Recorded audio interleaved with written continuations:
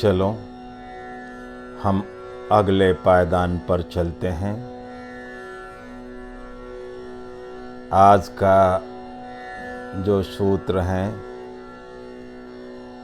वह शिव सूत्रों के प्रथम अध्याय शांभवोपाय का 13वां सूत्र है, लेकिन उसे हम 19वें स्थान पर ले रहे हैं। सूत्र है इच्छा शक्ति रुमा कुमारी।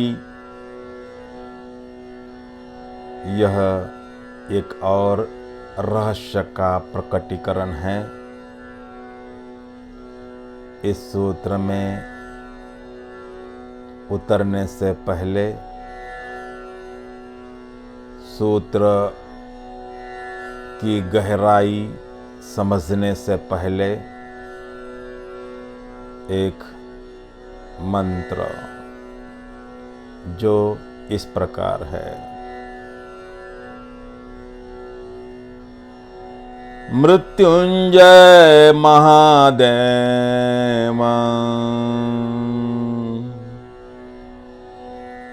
त्राहि मां शरणागतं।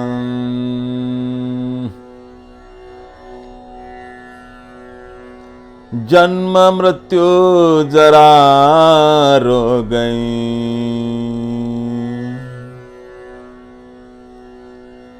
पीड़ितं कर्म बंधनै।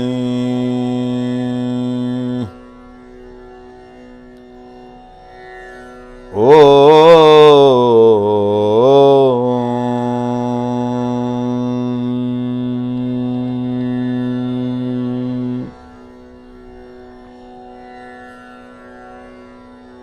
जैसे ही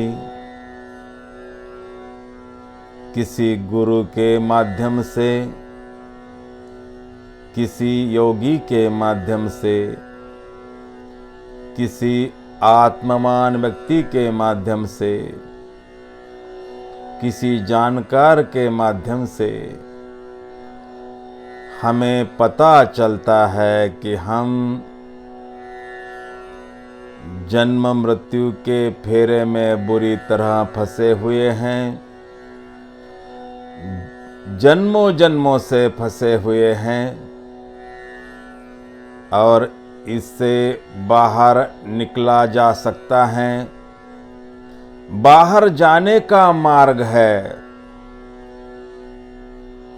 फिर चित्त उस प्रयास में लग जाता है।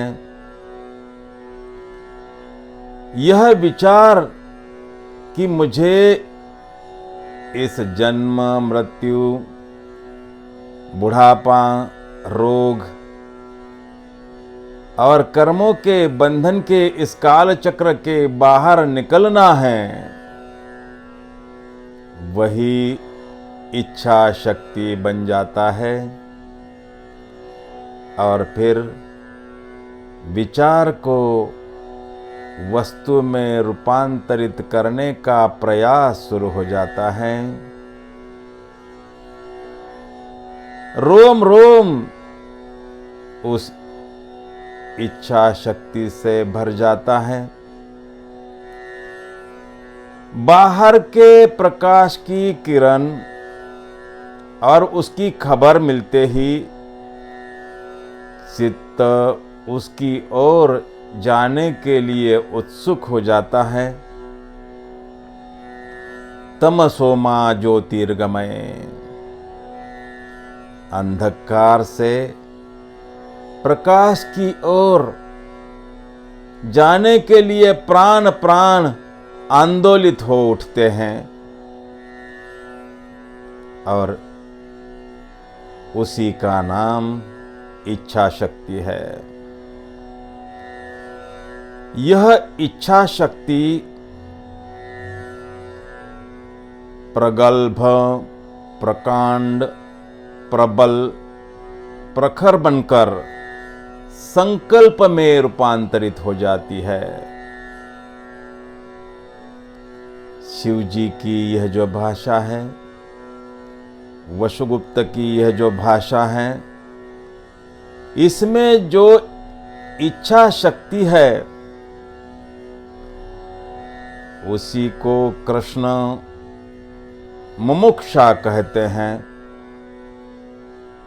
मुमुक्षा यानी मोक्ष की इच्छा रखने वाला, जो कैवल्य की तरफ उत्सुक है, उत्कंठित है, जिसे अपने शाश्वत अविनाशी स्वभाव या स्वरूप में उतरने के अलावा और कुछ भी उपदेय नहीं लगता। इच्छा शक्ति का अवतरण यानी शिव स्वरूप होने की इच्छा, चैतन्य स्वरूप होने की इच्छा, आत्मानंद को उपलब्ध होने की इच्छा, जन्म मृत्यु के चक्र से मुक्त होने की इच्छा और इच्छा शक्ति लेकर जो इस मार्ग पर चल पड़ते हैं, वे देर अबेर पहुंच ही जाते हैं। इच्छा शक्ति रुमा कुमारी।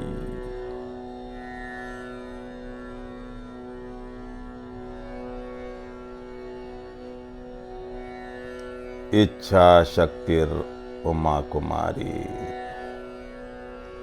आज का यह जो सूत्र है वह दो शब्दों से मिलकर बना हुआ है, इच्छा शक्ति और उमा कुमारी। संस्कृत में जब संधि हो जाती है तो यह सूत्र इच्छा शक्ति रुमा कुमारी बन जाता है। हमने इच्छा शक्ति का अर्थ तो जान लिया है, इच्छा शक्ति को हम समझ चुके हैं। अब उमा कुमारी क्या है उसे समझ लेते हैं। उमा कुमारी में यह जो उमा शब्द है उसका अर्थ है सृजन और विनाश की कारक, उत्पत्ति और लय की कारक, प्रजनन और प्रलय की कारक, पंच महाभूतों पर नियंत्रण करने वाली परम शक्ति, विराट महाशक्ति जो ब्रह्मांड में सर्वत्र फैली हुई है। उस अनंत अनंत शक्ति के साथ तादात्म्य, उसके साथ जुड़ जाना, उसकी प्रतीति हो जाना ही सिद्धि है। और सिद्धियों को पाने का मार्ग योग है। साधना, तपश्चर्या, ध्यान के मार्ग से सिद्धियां पाई जा सकती हैं। साधक समाधि का अनुभव ले सकता है। यद्यपि साधना के मार्ग पर चलने से पहले हमारे पास प्रेरक शक्ति का होना, ड्राइविंग फोर्स का होना अत्यावश्यक है। इस ड्राइविंग फोर्स के बल पर, प्रेरक शक्ति के बल पर मनुष्य साधक तपश्चर्या करता है और महाऊर्जा, महाशक्ति, जिसे यह सूत्र उमा कुमारी कह रहा है, उसके साथ रिश्ता प्रस्थापित हो जाता है, उसके साथ जुड़ जाता है, उसके साथ तादात्म्य बना लेता है। वह ऊर्जा, वह शक्ति स्वयं ही फिर हमारे अज्ञान को मिटा देती है। कुमारी शब्द में यह जो कु अक्षर है, उसका अर्थ होता है अज्ञान, जड़ता, नादानी।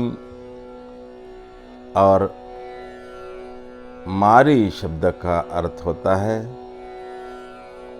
मारना, मिटा देना, उच्चाटन करना। अज्ञान का पर्दा हटते ही चेतना को शून्य का बोध हो जाता है, ब्रह्म का बोध हो जाता है, पूर्ण का बोध हो जाता है। पूर्ण और शून्य एक ही सत्य के दो छोर है, दो पहलू हैं। ब्रह्म को, सत्य को पूर्ण के छोर से देखो तो ब्रह्म, सत्य पूर्ण जैसा नजर आता है, और उसे शून्य के छोर से देखो तो वही शून्य जैसा नजर आता है। ब्रह्म ही शून्य है और शून्य ही ब्रह्म है। उमा कुमारी यानी उस पूर्ण पर से, उस शून्य पर से पर्दा उठाने वाली शक्ति, ब्रह्म का, सत्य का साक्षात्कार करने वाली शक्ति यानी उमा कुमारी।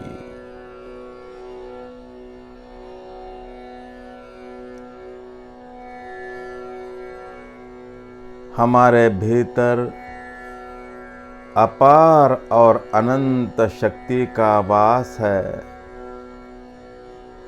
लेकिन हम अनजान हैं। हमें अपने भीतर छिपी शक्ति का, अपने भीतर छिपी ऊर्जा का, अपने भीतर छिपी प्रतिभा का अंदाज नहीं है। विज्ञान भी कहता है कि हम अपने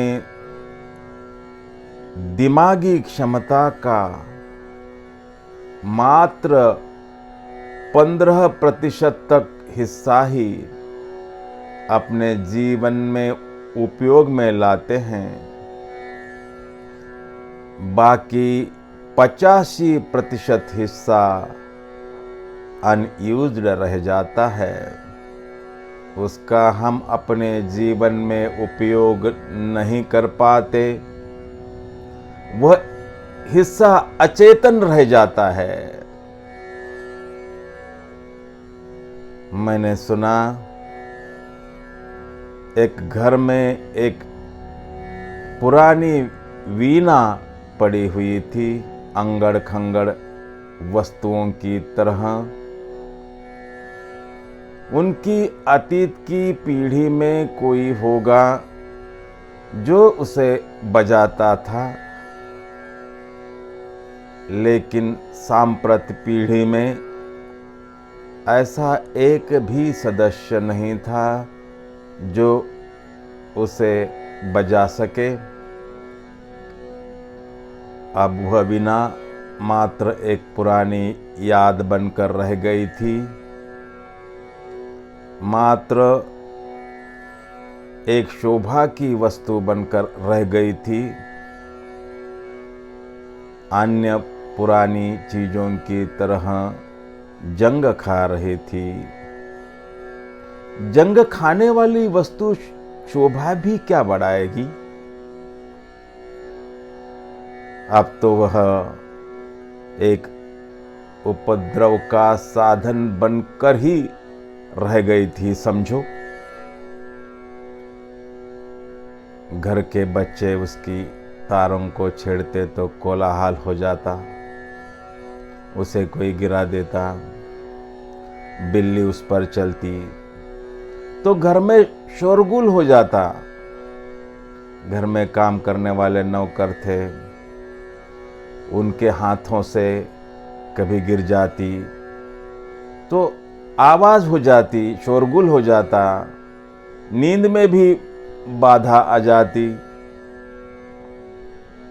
तो घर के सभी सदस्यों ने एक दिन निर्णय किया कि इसे ले जाकर कूड़ा घर में छोड़ आते हैं। एक सुबह वे उसे बगल के एक कूड़ा घर में छोड़ आए। छोड़कर अभी घर भी नहीं पहुंचे थे, द्वार पर भी नहीं पहुंचे थे, उसके पहले उस कूड़ा घर में एक भिखारी पहुंच गया। उसने बड़े प्यार से उस वीणा को उठाया और उसकी तारों पर उंगलियां फेरना शुरू कर दिया। वीणा से मधुर स्वरों की झंकार उठी। स्वर इतने मधुर थे, धुन इतनी मधुर थी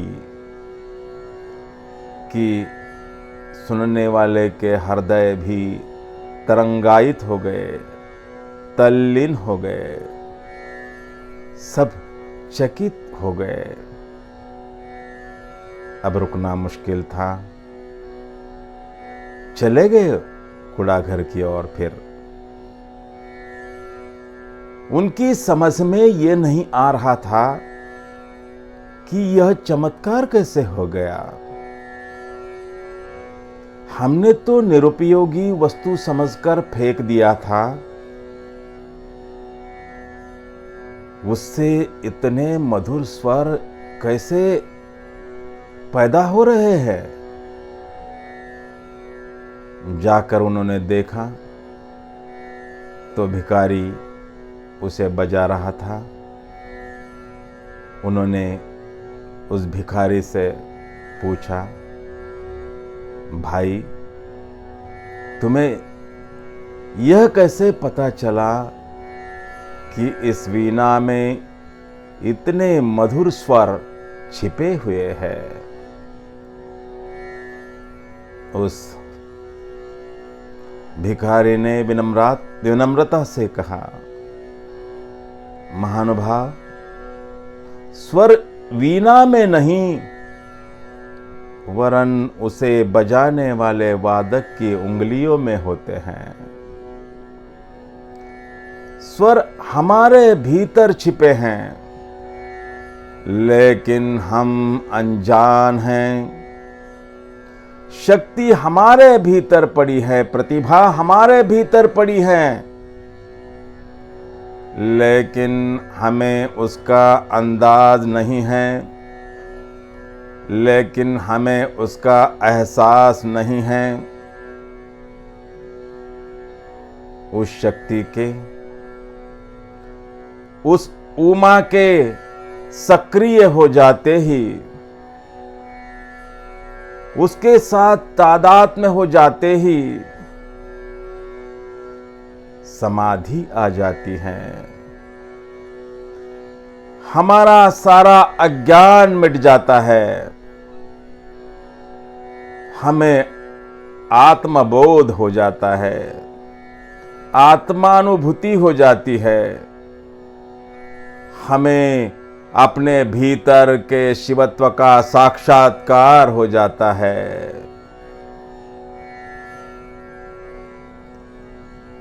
ओम नमः श्री शंभवे।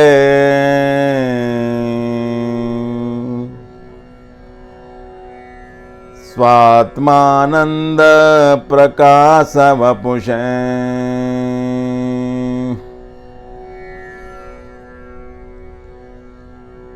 श्री शिवाय नमस्तुभ्यं।